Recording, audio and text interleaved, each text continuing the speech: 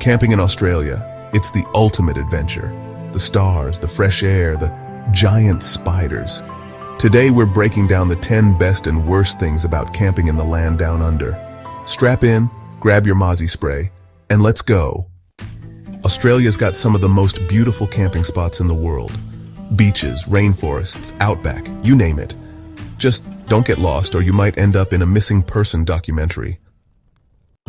There's nothing better than cooking over an open fire, damper BBQ and marshmallows, until someone burns the snags and sets off a bushfire warning. No city lights equals next-level stargazing. It's like nature's IMAX theater, until you start overthinking space and existential crises at 2 a.m. No calls, no work emails, no doom scrolling, total freedom, until you need Google Maps or you hear a weird noise outside your tent. Kangaroos hopping around, kookaburras laughing, it's all magical, until a possum steals your bread roll in the middle of the night. Mozzies, spiders, snakes. Oh, and let's not forget the swooping magpies that turn your morning coffee into an action movie. It's 40 degrees Celsius during the day, then -5 degrees at night. How does that even work? Who packed the thermals and the sunscreen?